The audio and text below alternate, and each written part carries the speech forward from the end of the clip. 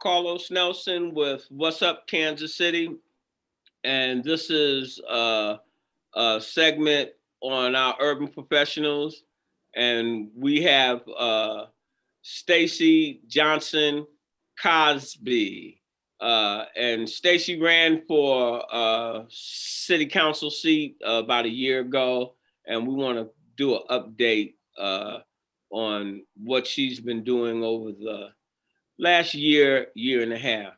Welcome to the show, Stacey. Hey, thank you. I appreciate it. Hey, Stacey. As I say to all my guests, uh, and I'm not no journalist or anything, you know the drill. So run it down from kindergarten and let our people know a little bit about who you are and the journey that has brought you to where you're at in life.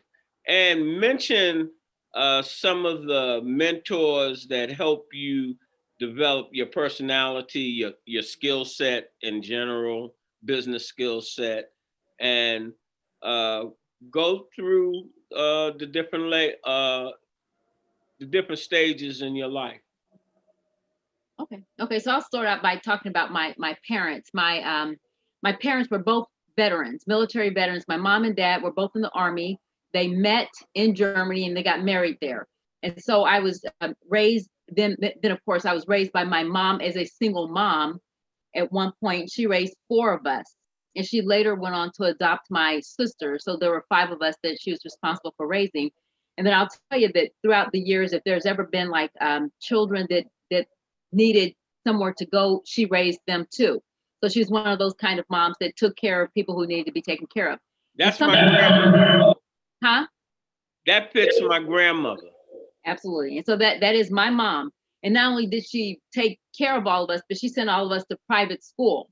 I don't know how she did it. Now that I look back, how did she do it? She ended up being a teacher, a special education teacher. So she taught in public schools in New Orleans and here for many years. And she is now retired and lives right around the corner from me. But when you mentioned mentors, she is probably the biggest mentor that I have because I'm looking at her, the way that she took care of her family and the way that she did her work. And so I modeled myself Was after your her. mom a matriarch, so to speak, in your family? She is absolutely, absolutely. She sits at the top of our family, and all things that we are, we know came from her. We watched her, and it's not something where she would have to say stuff to her. I won't have a lot of things where I can say, my mom always said this, but we looked at what mom always did. And I didn't realize that until as an adult, that a lot of the ways that I am came from her, including being engaged in taking care of people. If somebody needs something, our family is the type that will give you something off our backs for you. Literally, she's done that with her home. And literally, somebody moves into an apartment or something, they don't have anything. You go over to her house, it's like, Mom, where's your couch? Oh, don't worry about it. And she's given her furniture away. And she just, we've learned from her how to be by watching her. And so okay, that's us starting out. And went to, like I said, Catholic school, St. Francis Xavier. We moved to Kansas City in 76. St. Francis Xavier, Bishop Hogan Rams. And then I went to UMKC for college, my undergraduate degree. And then I went to Webster for a graduate degree. I sell real estate. This is like my 33rd, I think, year selling real estate. Tell our audience you skipped over them degrees. Tell our audience what those degrees are in. This is brought to you by Willis Book and Vinyls. Communications minor, so psychology and communications. And then when I got out of college, it's like, hey, wait a minute, I really love business because I read all the time and I was always reading business books. It's like, but I didn't take a single business class. So I went back to Webster and I got a dual degree in marketing and management, and I absolutely loved it. And I'm a real estate agent. I was licensed before I got my degree from UMKC because my twin sister wanted to take a real estate class, and it's like, okay, I'm right behind her because she's 13 minutes older, so she's the older sister. And so I have my real estate license, and I, again, like I said, I've been licensed for like 32 or 33 years. And then my husband, huh? Who do you sell for? I sell for Reece Nichols. I'm in the Plaza office, and I'm proud to say over the last few years or so, I've been in the top 10 in sales in my office. But it's something that Can I get a loan Thank you. No, but I'll sell you a house and you won't need a loan because you have your own wealth through your real estate. So, you never cease to amaze me. Well, you know what? I want people to build their wealth. And that's one of my personal goals this year is doing whatever I can to help lift people out of poverty and to create generational wealth. We need people that are able to pass something along to their future generations. And that's something that I think as a community, we haven't necessarily focused on. But I keep seeing things about the wealth gap and what we own, with the Black community, what we have as far as resources and what we have for ourselves. And we don't, when you start comparing us to other races, we're at the bottom. That doesn't make those are problems that are structurally systemic problems that are inherent in the system.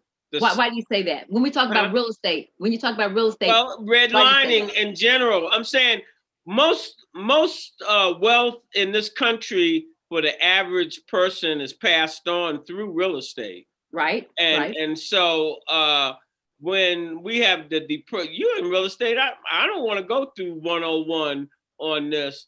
All our neighborhoods have the highest insurance, the highest everything, whether it's real estate, cars, or whatever. And then when you get ready to go sell, the devaluation.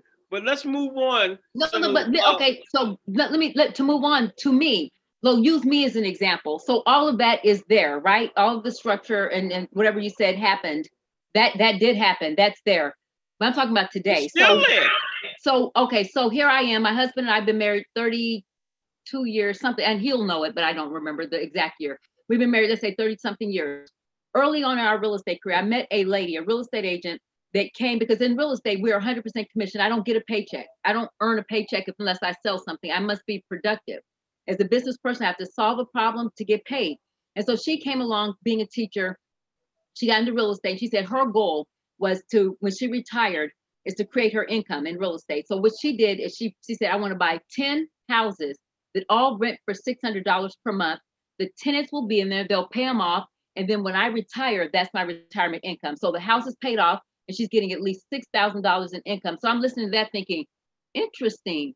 And my husband and I, after that, we started buying real estate. We were in our 20s, our upper 20s. I was making 20-something thousand a year. He was working in the city making that too. And we started buying real estate. So now we have several rental properties and it is meant to be our retirement income. We're both. But I understand that, but see, this is where it's like I was getting ready to, today I was supposed to be interviewing a professor friend of mine who is vice chancellor out at Washington State University in Oregon, and on Black women's suffrage and the Black women movement. And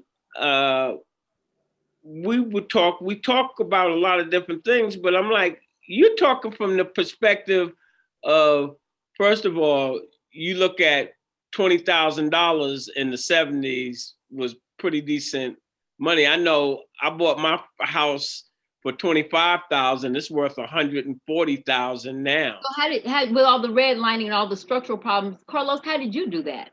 Well, hold it. I was a different animal, but so it should have been worse back then during that time. Yeah, but I'm saying I had money.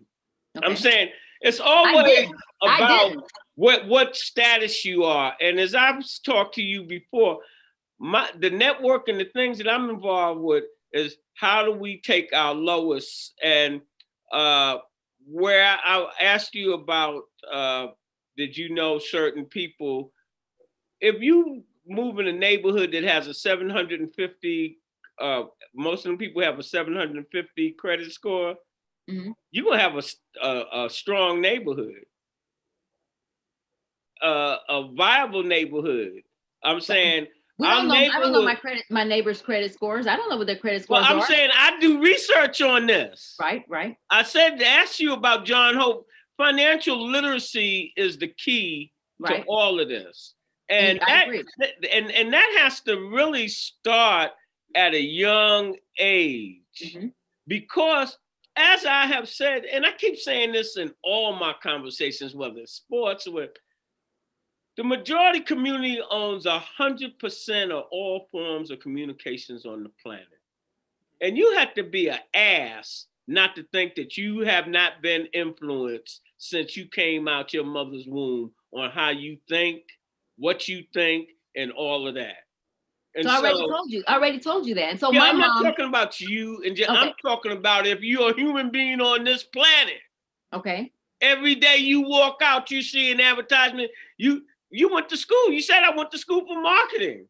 They showing you this is how you put the carrot in front of the fish. Either you are a seller or you are a consumer. You're a consumer, you're buying or you selling. There's no in between. Okay. All right, let's get that straight. And Black people are consumers, and they have been programmed to be consumers. All right. I reject that. And so remember, I told you my mom, I'm watching my mom. So my mom, raising 4 kids, single mom, she owned her home. My husband's mom, raising 5 kids alone, and she didn't make a lot of money either, and she owned her home. And so I see that like white people. No, that's the best. When I say that, when I say you sound like white people, a white person will say, "Oh, why can't they be like Joni? I've been knowing Joni. Her mom and dad, they went to school. They did this and did that. Your mother is one of many heads of households that've done that. I'm talking about the majority.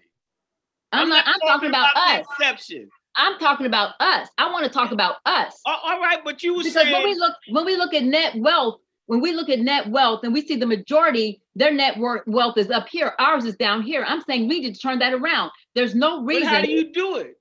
Real estate is my answer. So people owning their business, there are different people with different answers. How can you get real estate if you can't put bread on the table? So you're working at McDonald's. See, when we were coming up, I always tell people, when I was coming up as a kid, even a Hershey bar, all them things that you pay $1 for, they was a nickel. Okay. So it's different. The job situation, if you were Black when you were coming up, I was Black. I was. Motives. So look at this. So Carlos, at age 13 years old, like I said, my mom sent us to Catholic schools. How she paid for it, I don't know. But at age 13 years old, my sister and I, we got jobs. I worked 2 jobs at age 13, 2 jobs. I'm cleaning up after school, then I'm working at IHOP serving tables. I have always worked, and I'm going to always continue to work. And so what I'm saying is, like I said, I saw the goal. Mom owned her home. And it's like, we know, my husband and I, when we got married, the first year we're renting, and then the next year we knew we're going to buy a house. It was just natural for us. I want that to be the case in our community now. I want people to say, hey, one day I want to own a home. I don't want people thinking that they're stuck in renting if they don't want to rent. Some people want to. But if somebody says, one day I want to own my own castle. You're doing the Wizard of Oz stuff. But why is this Wizard of Oz? What's Wizard of Oz? And hold it.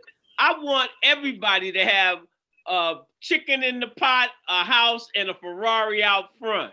But what I want and what is 2 different things. But you have to create it. If it doesn't exist, you create it. I'm not going to sit here and say, oh my God, I wish people had wealth. I wish they owned homes. But I'm going to do something about it. Black community, any study that I have ever read, and I don't care who it was by, that was looking at the Black community, and I don't care which community it was, we had the worst health conditions, the worst economic conditions, the worst educational conditions,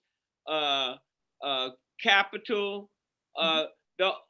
It runs across the gamut. Okay, so that's past, that's pessimist view, and that's like saying, yes, it is. You're saying, oh, that's what we are. I'm saying what we're going to be. That's what we are. Hold it. What I said to you from the onset is structural in nature, the problem, and I don't care who's in office or what, unless you fix the structure, unless you fix the laws that are allowing these type things to happen. How did I do it? Carlos? You were like Mike. Everybody be like Mike. Or I talked to you about that art of conversation. corporate community got you with these slogans. Just do it. Right. People be like Nancy Reagan, just don't say no. Yeah, man, please. It's But much more look, complicated when you're on heroin. But I'm not a slogan. I'm not a slogan. I told you I'm raised by my mom, single mom. She wasn't making a lot of money. School teacher.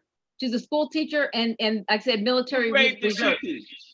She taught special ed. Special ed. That's excellent. Well, she was first of all, she was a damn special person because to be a special ed teacher, you gotta be special. You gotta love. Right. Well, you don't have to, but I'm saying most people that are in those industries, they're compassionate. Right. And she, like I told you, but she'd bring people into her home and take care of them. So she is. I think you had a strong role model. Of course. And then why can't we have that for others? And I'll tell you something else. And that is a woman who, when she was younger, had to pick cotton. There's some days she didn't go to school, she's picking cotton.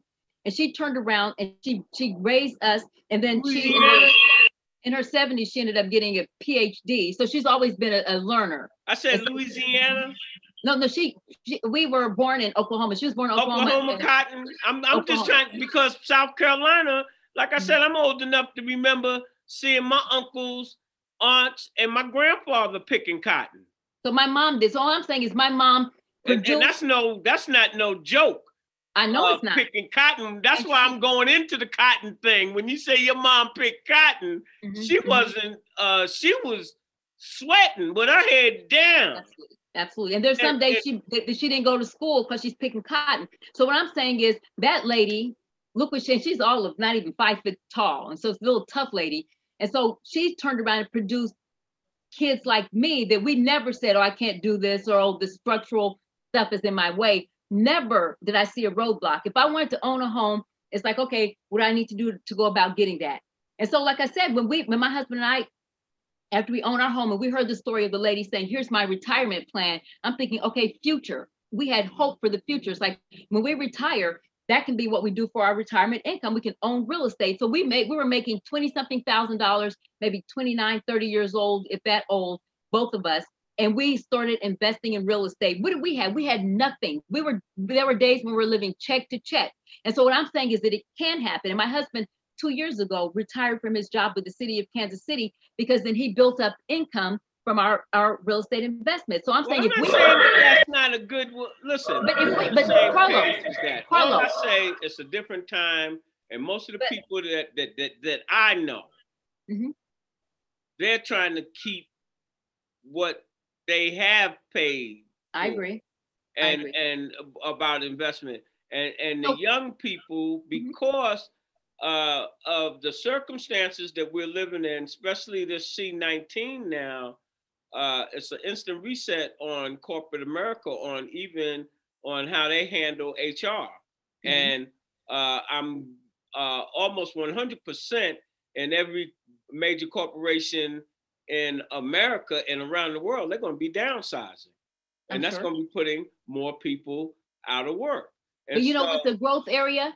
A growth area. And I say all this to say that there's nothing special about me. I'm just a basic person.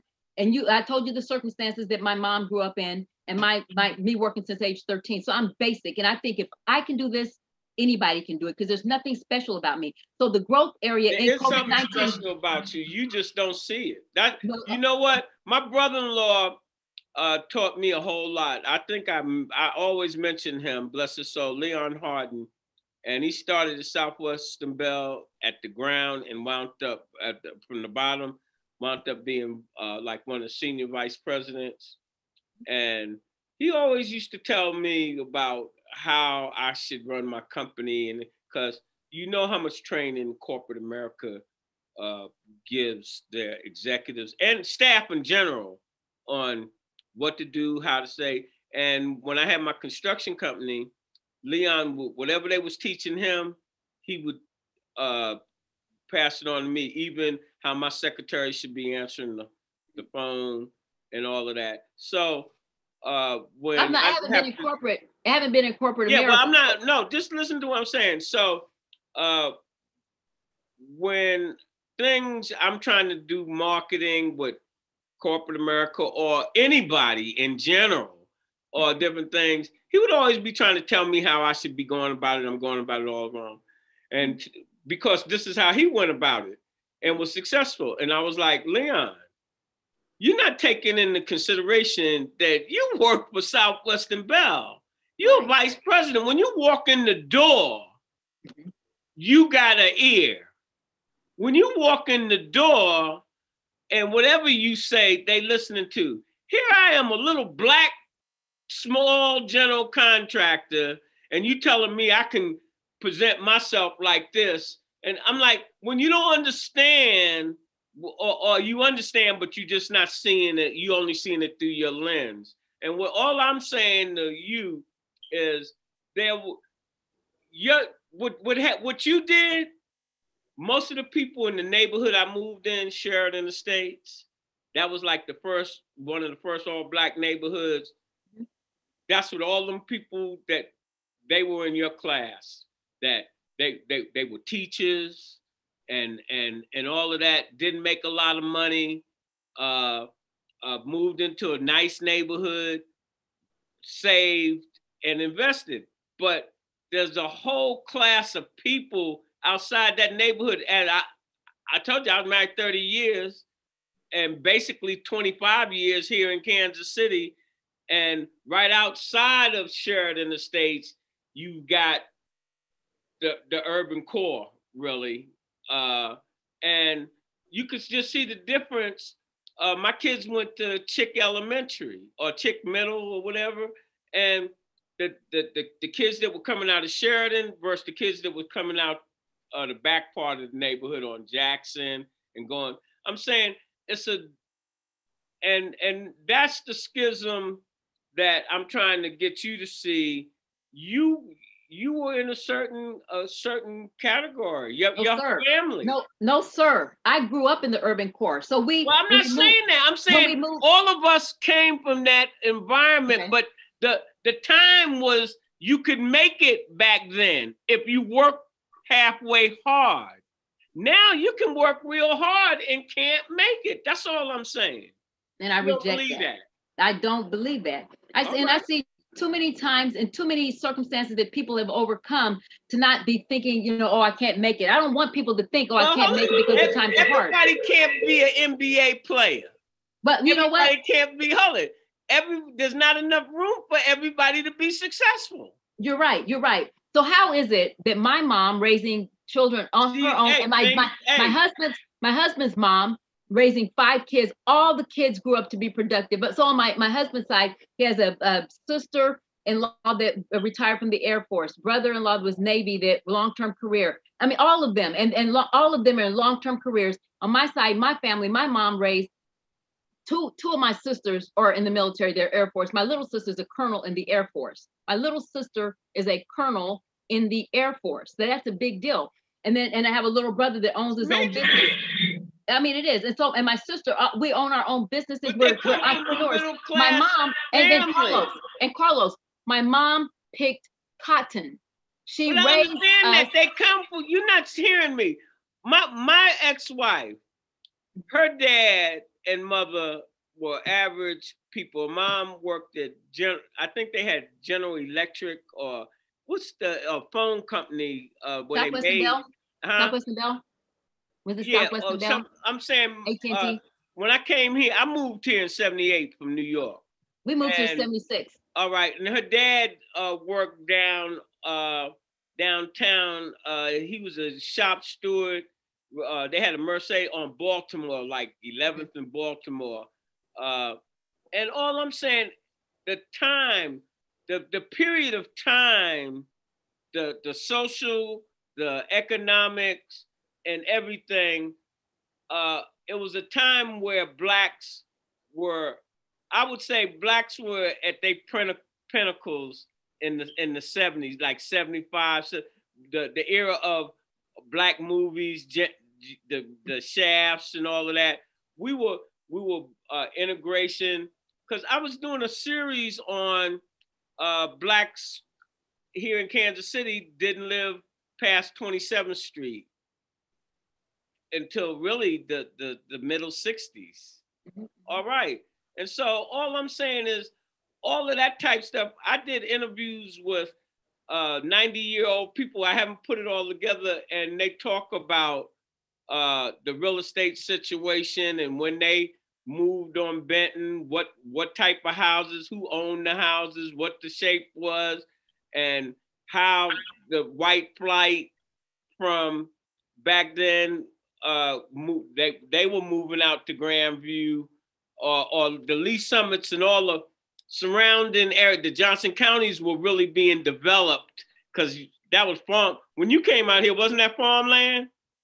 I don't know. I'm saying Johnson County, a lot of Johnson County. I don't know about that. I wasn't looking all right, at Johnson County. the housing. I'm saying I was on 57th and Lydia. I was on 57th and Lydia, and before that, when we moved to town, I was on 19th and Topping. So I don't know what was in Johnson County. All right. Well, no, I was talking about the Kansas City growth in general. Right. That what was going on in that period of time. The shop. When I first moved here, I was in college in the 70s and was dating my wife. The biggest thing around here was the stadiums and Independence Shopping Center. I don't even think that mall out Bannister wasn't there. And Bannister came, and that was the big thing. And so when we start talking about this real estate, and I look at our community and what our community has been able to do with real estate has been horrible. Look, because of you, all you had to do was look across the board with the, what do they call it? Gentrification. And I'm saying that's, if we were going to do anything in real estate, I think we should have been trying to save our homes in our own neighborhoods. And, right. And I want people to save them, and I want them to own them. I want people to own real estate, because if you talk about in COVID-19 in this day and time, corporate jobs are leaving because they're figuring out people can work from home, they can be more efficient. An area that is going to grow is real estate. People will always need somewhere to live. They're not making no more of that. That's what my daddy told me. They're not making any more land, but you can make. Yeah, well, real estate, that's what it is. Some of it's land, but just imagine somebody that buys a vacant house, they can renovate it and then rent it out or move into it themselves. That house is there, and we have a lot of empty houses in this city. As a matter of fact, who has the money to renovate them? That's the thing. The people. How did I do it? So we found. I said that, but you don't want to look at that. I said it was the time, it was the era. You was able to do it. Nowadays, you probably can't see, but there are so many Black real estate entrepreneurs in our city. They're low key. You don't necessarily see them. I know quite a few of them, but the main thing is access to capital. They're getting it. They're finding it. And if nothing else, you save it. And so, we talked about jobs. So something that I've done in the community is not everybody's going to be able to go get a loan just today, but then you can prepare for that. If you know that the lender is looking for X amount of income for a certain period of time, you go do that. That's your long-term goal. You may not be able to buy a house today, but you can set yourself up on a plan to buy one maybe in a year, 2 years, 5 years. But you have to start somewhere. What are you doing with the Southtown organizations? I'm not part of any Southtown organizations, except what I've done is I'm part of the Center Planning and Development Council's my umbrella neighborhood organization. What are they doing? Tell our audience what they're doing. Well, we just, with the other neighborhoods in South Kansas City, all the big umbrella groups, we just hosted a candidate forum where we were hearing from the candidates. Who are some of the groups? Get some information out. We done the business part of the real estate part of this. But real estate's important. That's where it's at for my people in the community. That's where I want them, the real estate. But so the Southern Communities Coalition, the Marlboro Gardens, and the Waldo Tower Association, the Hickman United Neighborhood. Yeah, I'm looking at this Hickman Mills Center. What's that? What are y'all doing there? So so two things. I live in the Center School District. Hickman Mills is right next door to me. So a couple of years ago, someone approached me as a person that's in the community. Let's start with my Center School District. They pulled together all the different people in the district, different organization leaders, and we sat down at the table with the superintendent. As a community, we went to her. It was Dr. Sharon Niblink at the time. We went to her and we said, what one problem do you have that we as the community can help you solve? And already it's like, that's powerful, because who does that? And so she came, something that she said stuck with me. She said, within our district, we have generational poverty, intergenerational poverty. So generation after generation of poor people. It's like, that's not acceptable. So we came up with 2 things that we were doing. We did mentoring programs, so we can introduce students to something different than what they know. So that can help disrupt poverty. They can see a family over here working or living in a house that they own. That was one thing. And then the next part of that project is we in the Center School District have about 200 homeless students. Hickman Mills has about 500 homeless students. And we know these districts are majority Black. And so what we're doing is we've done a collective impact project in both. And we're replicating a project in Kansas City, Kansas, that within 3 years cut the number of homeless students by half. So 600 and something homeless students and their families got permanent long-term housing. We're replicating that program here. And so our impact center and our impact Hickman Mills, we are eliminating homelessness amongst our students. And so we've come together. What organizations are you working with? Well, and I'm part of, as a real estate person, as an investor, part of the KC Regional Housing Alliance. That's an alliance that I assembled a couple of years ago when I'm looking at policy coming out of Kansas City City Hall that is going to be destructive to the affordable housing market as far as rentals are concerned, because we were fighting against some policies, and back then it was the rental inspection. What do you know about the protests that have been taking place with these organizations about rent and what have you? Just as late as I think Friday, they had a protest. Now, which topic? Which protest? Which topic? They're talking about the rent, evictions, and the whole ball of wax that's going on. You're talking about the people that chained themselves and chained the doors to the courthouse closed. That group. And so that group, that happens to be a socialist group. It's a movement that's not just in Kansas City, it's across the country. I need to be in that because I can't pay my rent. Can you help? Okay. Maybe you do, but their ultimate goal is, and tell me if you still want to be part of it. Their ultimate goal nationwide is to guarantee housing. Housing should be a right, that everybody should have free housing. Okay, so it sounds good so far. And so their answer to get there is that the government should provide 12 million public housing units owned by the government and put into our communities for people. So that's called the projects. And so they want to bring the projects back. Carlos, do you want to live in the projects? I don't. You don't want to live in the projects, but there's a lot of people that would love to live in the projects versus where they live in.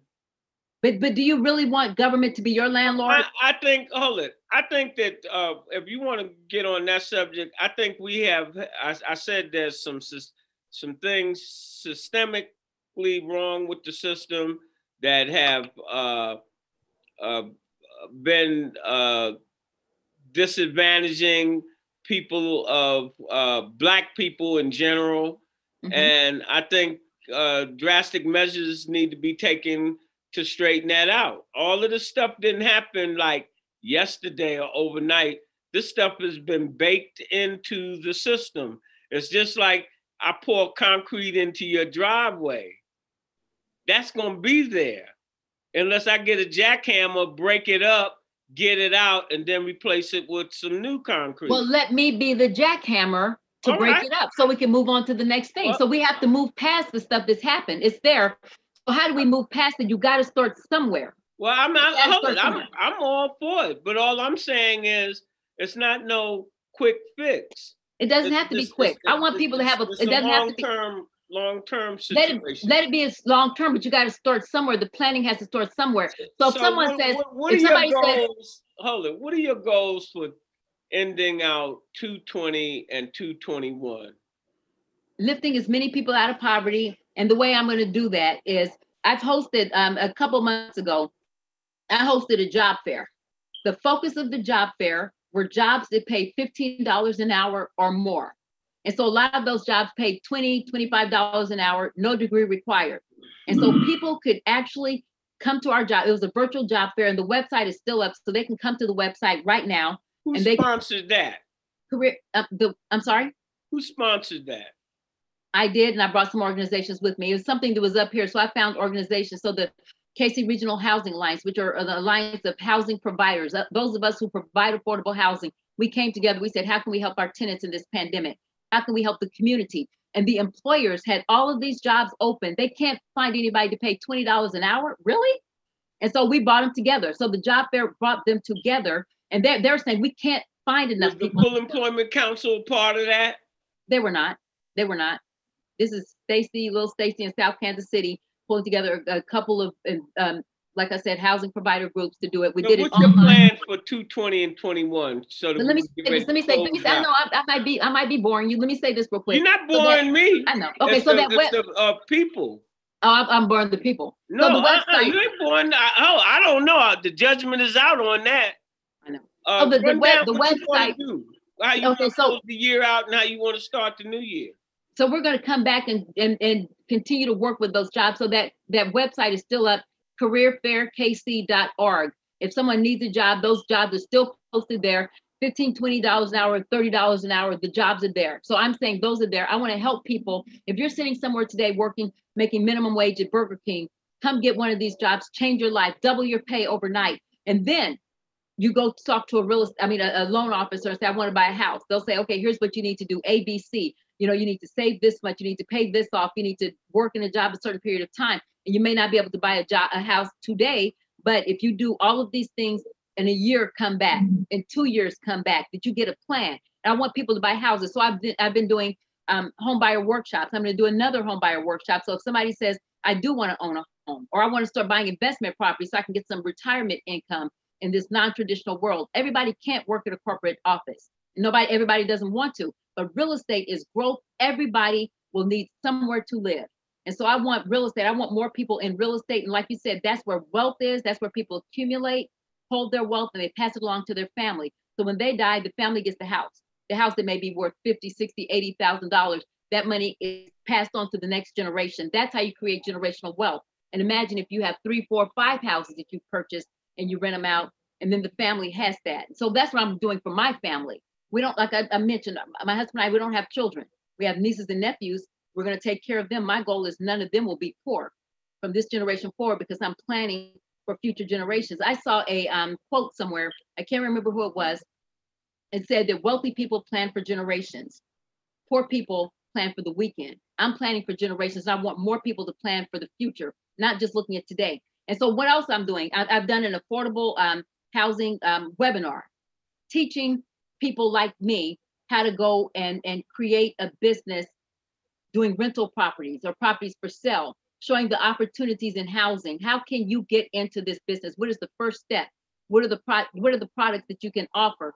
If somebody says, I always wanted to get in real estate, people say it all the time. We did a webinar, and we're going to come back and we're going to do more. So I want to put people in a position where they start getting the information. If you can't do it today, plan, and let's do it in the future, a year, 2 years from now. Real estate is the key for me. What else am I doing? Resources. Nowadays, today, something that's important to me, I want people who are struggling, who may not be able to make the rent payment, the mortgage payment because of the crisis. Maybe they're out of a job.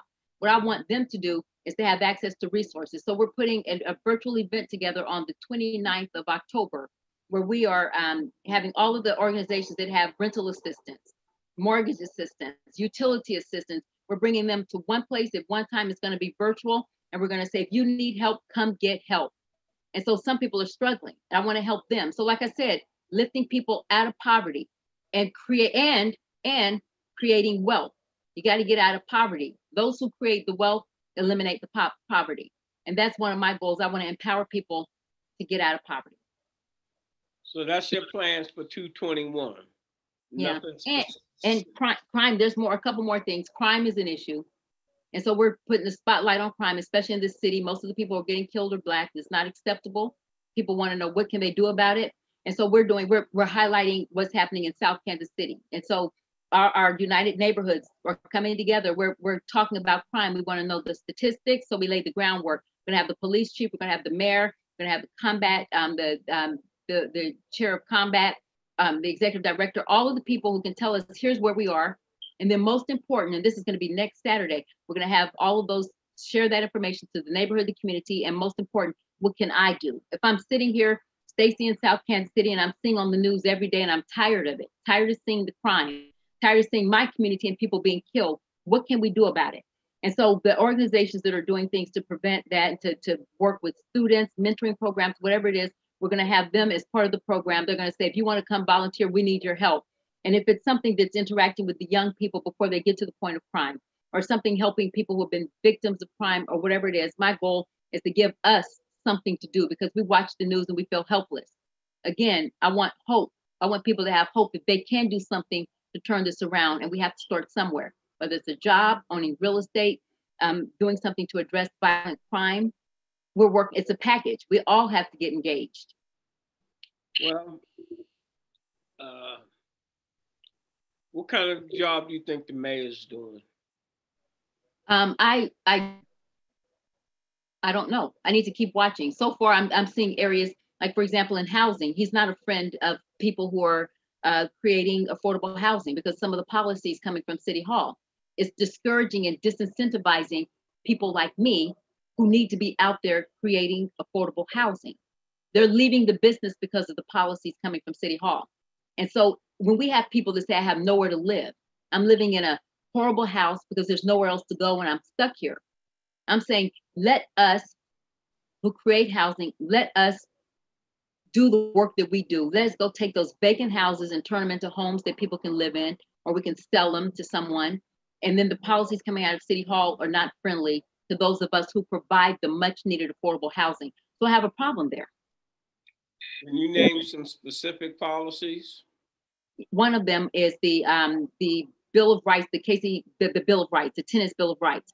While it sounds like, and we mentioned this group earlier, the socialist activist group earlier, while it sounds like that's great, what they're doing, and people need to do their homework about them before they started voting on all of these policies they suggest, what they're doing is disincentivizing real estate ownership. And so their goal is to make it as difficult as possible for people like me to do to buy real estate, because they think everybody, I guess they want all of us in their 12 million government project units, which I don't want to be in. And so they think it's a bad thing to own real estate. And so they do things that make it uncomfortable and inconvenient. And what we hope for is our policymakers to look at this stuff and say, hey, you guys are crazy, get out of here. But they don't. They don't look at it. Instead, they adopt their stuff. So the Bill of Rights makes it a step more difficult and more expensive for those who provide rental housing. And so it's just like people are throwing their hands up saying, I'm out. I don't want to participate. And then the county raising the taxes and that fiasco of an assessment where they're raising the property values and the taxes beyond where they should be. We're Black people in our community are losing their houses in that way as well, because they can't afford the taxes and the numbers are wrong. And so a lot of the stuff that's happening based on our policymakers and people at the seat of government, they're not looking out for our community and our community's best interest. So what I'm doing is I'm out here with a bullhorn saying, hey, attention, stop. Now they don't listen to me much, but I wish they did. Well, they don't listen to me a lot. Well, yeah. And we're voters. And so that's not right. So policymakers, just because you're in an elected position doesn't mean you're smarter than the people who are experts in that field. And sometimes they get there and forget that, hey, they don't know about housing market. They don't know. I do. And so some of my peers don't listen to me, but they need to listen to some of our peers saying, if you want to create more affordable housing, and everyone says we're in a housing crisis, you want to create more affordable housing, how about this? Talk to the people who are creating it and ask them why they're not creating more and what you can do to incentivize and encourage them to create more. And instead they're turning us away. So that's your closing statements for our community? No, my closing statement is let's get about the business of creating generational wealth for our families. And if it's owning a business, some other kind of business, wherever you have an area of expertise, please do that. If not, real estate is the great equalizer. If you can't buy today, you talk to a lender. If you don't have the cash, you talk to a lender and say, what do I need to do to be able to buy?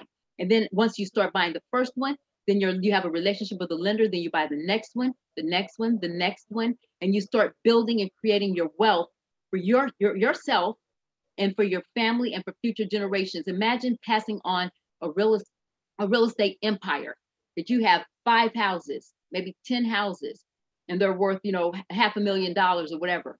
And so when you die and your family has to liquidate or sell everything, and they end up with $500,000 in the bank account or split among the family, you're creating wealth. and they'll hopefully roll it into more real estate. But I'm saying that is the great equalizer. Talk to a loan officer or mortgage loan officer, get them to run your credit today. If you cannot buy today, ask them, I want you to make me a loan. What do I need to do to get the loan? And then they'll tell you, do this, this, this, and this.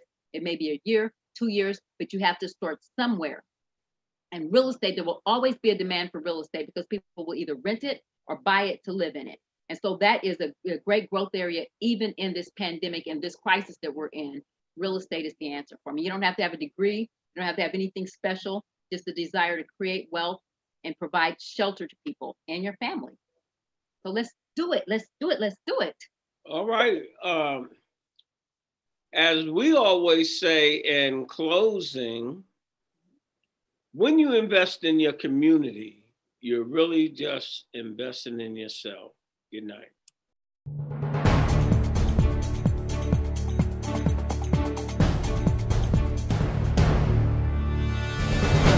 Program is brought to you by the Kansas City Business Association.